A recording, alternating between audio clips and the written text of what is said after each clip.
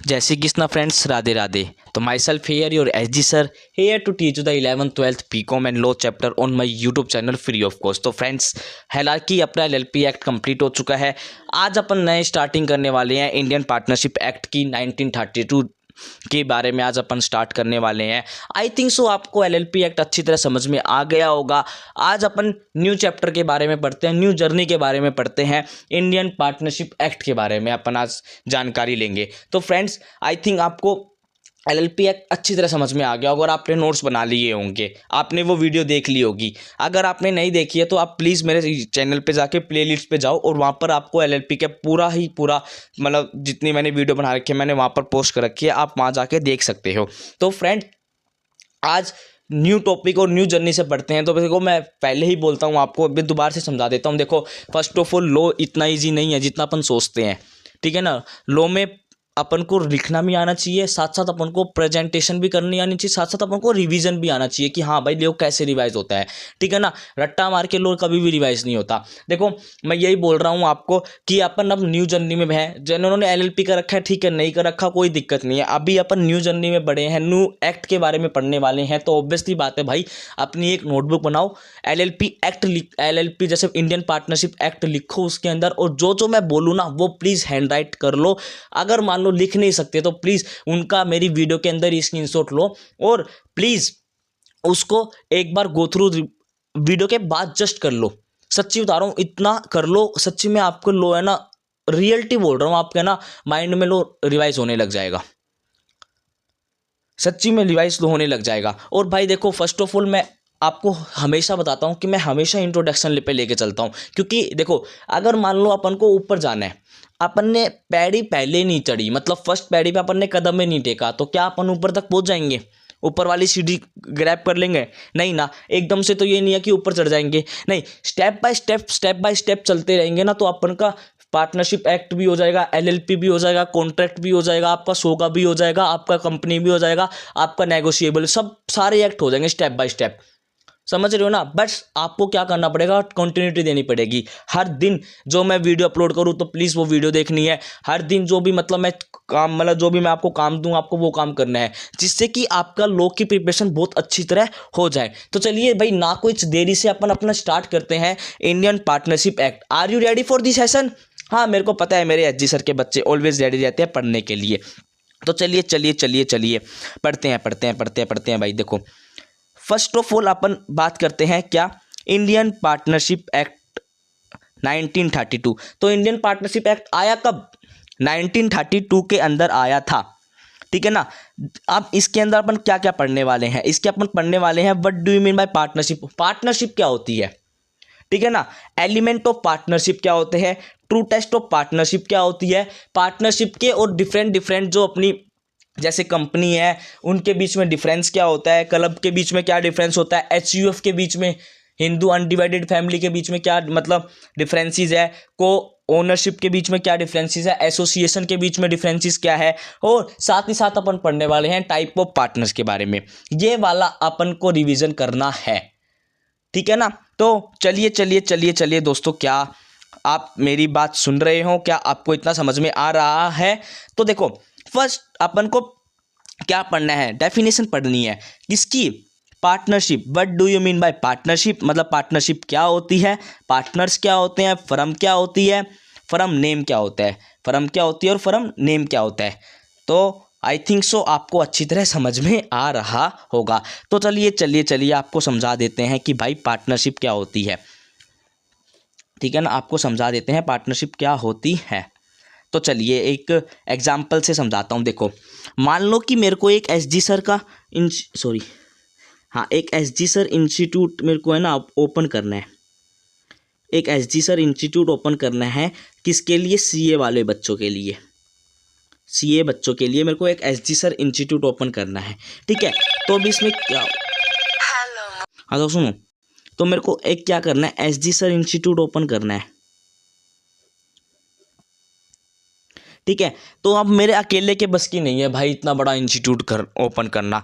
तो मैंने क्या किया भाई, मैंने ना देखा कि भाई जैसे फाउंडेशन में कितने सब्जेक्ट होते हैं, 4 सब्जेक्ट होते हैं। इकोनॉमिक्स होता है, मान लो क्या नाम है, लॉ होता है, अकाउंटेंसी होता है, और साथ ही साथ आपका मैथमेटिक्स होता है। तो हमने क्या किया, हम चार बंदों ने क्या किया, एक तो मैं हो गया जो लॉ पढ़ा देगा, एक साथ साथ एक और सर हो गए जो जिसने इकोनॉमिक्स पढ़ाते हैं अच्छी तरह, ठीक है। एक हो गया कौन, एक और सर हो गए जिसको मैथ अच्छा आता है, और एक और हो गए जिसको अकाउंटेंसी अच्छा आता है।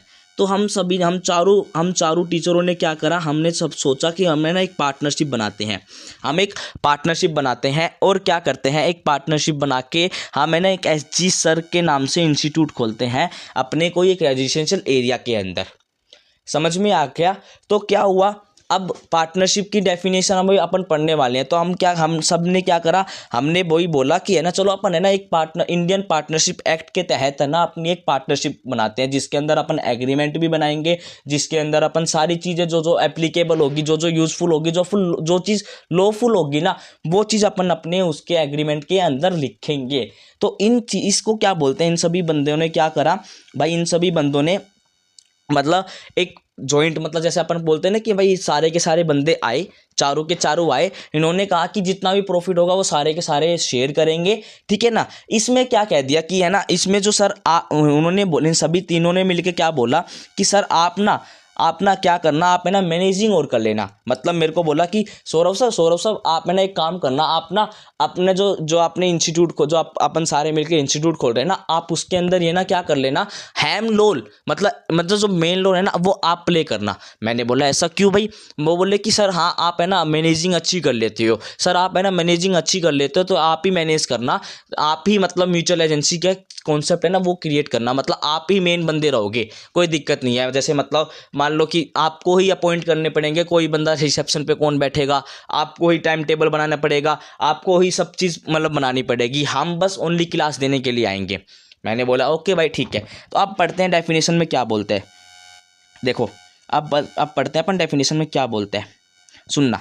Partnership is the relationship between person who have agreed to share the profit of the business carried on by all or any of them acting for all। मतलब पार्टनरशिप क्या है, एक रिलेशन है बिटवीन पर्सन कौन कौन हो गए थे, मैं जो लॉ पढ़ा रहा था, जो एक सर इकोनॉमिक्स पढ़ा रहे थे, एक सर मैथमेटिक्स पढ़ा रहे थे, और एक सर अकाउंटेंसी पढ़ा रहे थे। तो मतलब क्या, इन सभी के बीच में रिलेशन जो कि क्या करे, who have agreed to share the profit, सारे के सारे जितना भी मान लो वो जो धंधा कर रहे हैं उसमें जो भी प्रॉफिट होगा ना उसको शेयर करेंगे, ठीक है ना। और बिजनेस कैरी करेंगे, बिजनेस अपन कैरी कर रहे थे, क्या कर रहे थे, हम सीए वाले बच्चों को पढ़ाने के लिए बिजनेस कैरी कर रहे थे, ठीक है ना। चाहे वो अकेला बंदा कैरीड ऑन बाय ऑल, चाहे वो सारे के सारे मिलके कैरी करे, या फिर कोई एक उनमें से कैरी कर रहा हो, कोई एक कैरी कर रहा हो। मतलब जब मैंने बताया ना कि जैसे कि सारा बोझ मेरे को दे दिया कि भाई आप मैनेज करोगे, आप ही देखोगे कौन सा बंदा रिसेप्शन पे लेके आना है, आप ही देखोगे कौन सा बंदा कहाँ लगाना है सॉरी, ये सारा का सारा काम कौन करेगा, एक ही पार्टनर करेगा, उसको अपन क्या बोलते हैं, पार्टनरशिप बोलते हैं। आई बात समझ में पार्टनरशिप के बारे में, तो मेरे साथ एक बार रिपीट करना, क्या बोलते हैं, partnership is a relationship between person who have agreed to share the profit of the business carried on by all और any of them acting for all, ठीक है ना। Person who have entered into the partnership with one another are called individual या partner. जो भी वो 4 person थे, law वाले टीचर, मैथ वाले टीचर, इकोनॉमिक्स वाले टीचर और अकाउंटेंसी वाले टीचर, उन सभी को अपन जब वो मतलब पार्टनरशिप के अंदर बढ़ जाते हैं उनको अपन क्या बोलते हैं, पार्टनर बोलते हैं। और उन सभी ये चारों के चारों मिलकर क्या करते हैं, कलेक्टिवली एक फर्म को जनरेट करते हैं। The name under which their business are carried on is called the firm name. जो धंधा मतलब वो करने वाले हैं, जो धंधा वो कर रहे हैं, मतलब जिसके नीचे वो काम कर रहे हैं, उसको अपन क्या बोलते हैं, फर्म नेम। लाइक अपने एग्जांपल में एसजी सर वाला क्या था, फर्म नेम था। एसजी सर क्या था, एक फर्म नेम था। आई थिंक आपको इतना को टॉपिक अच्छी तरह समझ में आ गया होगा, अच्छी तरह समझ में आपको। समझ में आया? तो एक बार मेरे साथ दोबारा से छोटा सा टॉपिक है, रिपीट कर देना। क्या बोलते हैं? Partnership is a relationship between person who have agreed to share the profit of the business carried on by all और any of them acting for all.